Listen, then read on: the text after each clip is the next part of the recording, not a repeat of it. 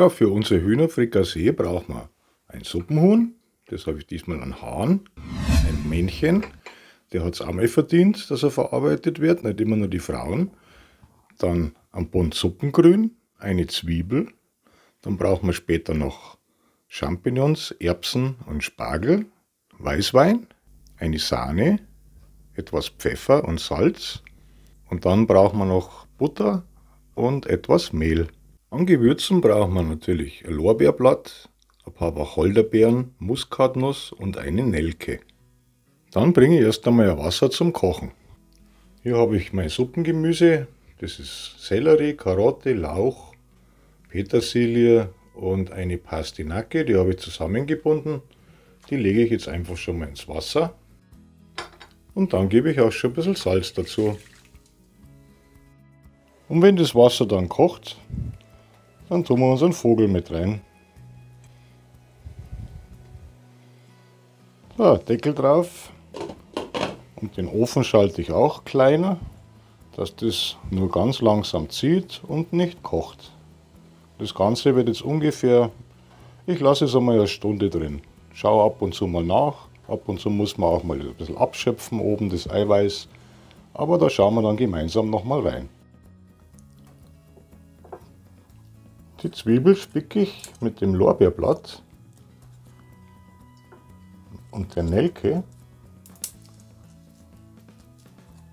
und das geben wir jetzt auch noch in unseren Topf dazu.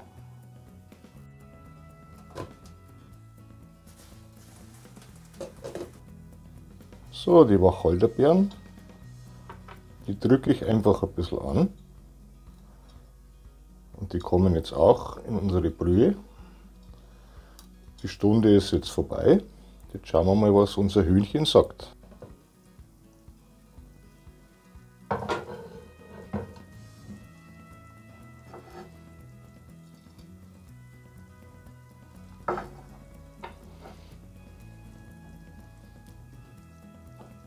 Ja, das muss auf jeden Fall noch ein bisschen kochen.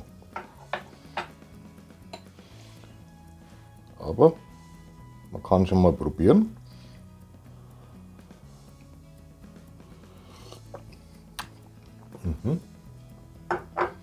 Tue jetzt auch gleich noch ein bisschen Pfeffer rein und ein bisschen Salz noch.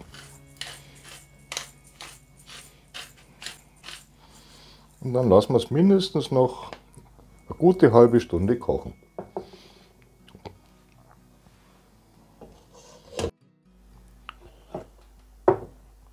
In der Zwischenzeit kann man schon mal die Champignons in Scheiben schneiden.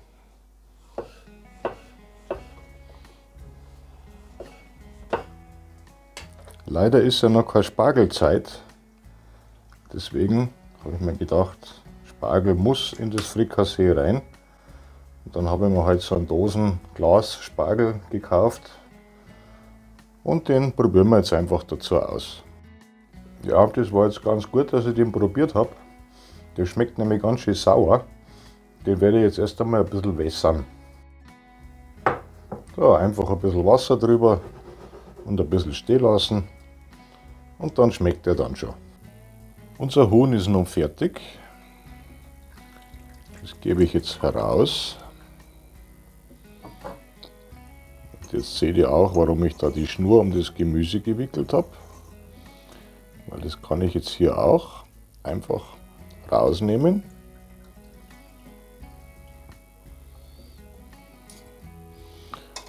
Und unsere gespickte Zwiebel kann ich auch herausnehmen. Und schon ist meine Brühe einsatzbereit. So, das Huhn wird jetzt hier auseinander gepflückt. Wenn es ein bisschen abgekühlt ist, kommt die Haut weg und dann lösen wir das Fleisch vom Knochen. Das können wir hier mit dem Messer ein bisschen machen am Anfang. Und dann seht ihr schon, kann man das hier so runterfieseln. Und das mache ich jetzt mit dem ganzen Huhn.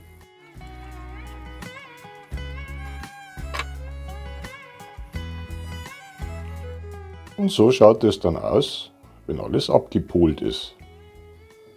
Das Hähnchenfleisch lege ich so lange in meiner Brühe in einem Sieb einfach warm. Als Beilage gibt es bei mir einen Reis, ein Jasminreis. Und das ist ganz easy, der kocht nebenbei.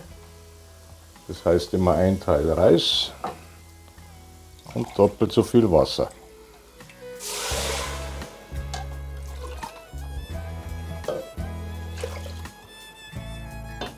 So, den lasse ich jetzt einmal aufkochen und ein bisschen Salz dazu. Dann kommt der Deckel drauf und dann schirmen wir einfach auf die Seite. So, und als nächstes machen wir die Soße. Da gebe ich jetzt hier ungefähr 50 Gramm Butter in den Topf. Lasse das heiß werden.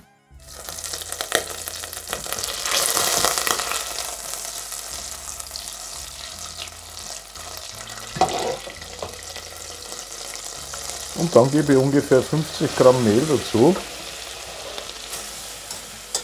und mache damit so eine kleine Mehlschwitze. Stelle es erstmal auf die Seite und dann gieße ich erst einmal einen guten Schluck von unserem Chateau de Trottoir auf.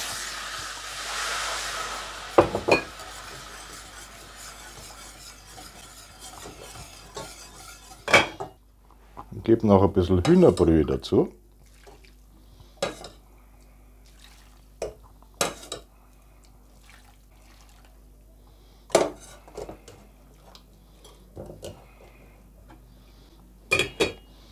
Und das Ganze lasse ich jetzt nochmal aufkochen. Und dann gebe ich mal Sahne dazu.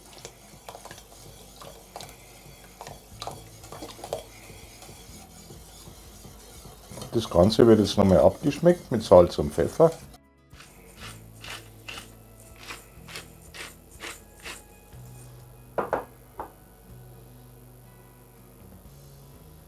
Und das kochen wir jetzt noch ein bisschen ein, bis die Soße schön cremig ist.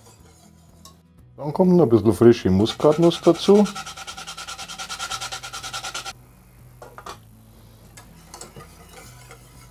Und dann lassen wir das noch ein bisschen köcheln.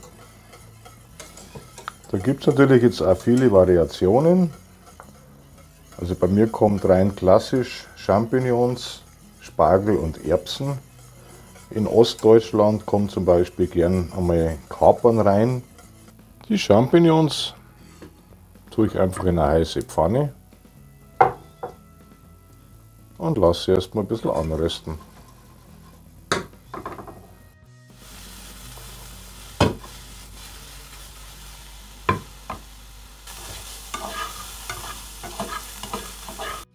Ja, dann gebe ich noch ein bisschen Butter dazu. Und ganz am Schluss noch ein bisschen Salz. Und dann lasse ich den Spargel da drin auch noch ein bisschen mit angehen, dass er schön warm wird.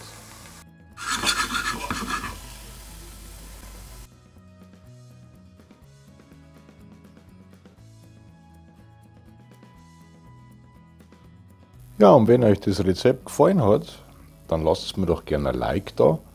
Oder vielleicht sogar ein Abo, falls ihr mich noch nicht abonniert habt. Da bekommt ihr jede Woche kostenlos eine Information, wenn ich ein neues Video hochlade. Ansonsten bleibt bitte gesund und schaut nächste Woche rein wieder bei mir. Bis dahin wünsche ich euch alles Gute. Servus, euer Buschkoch.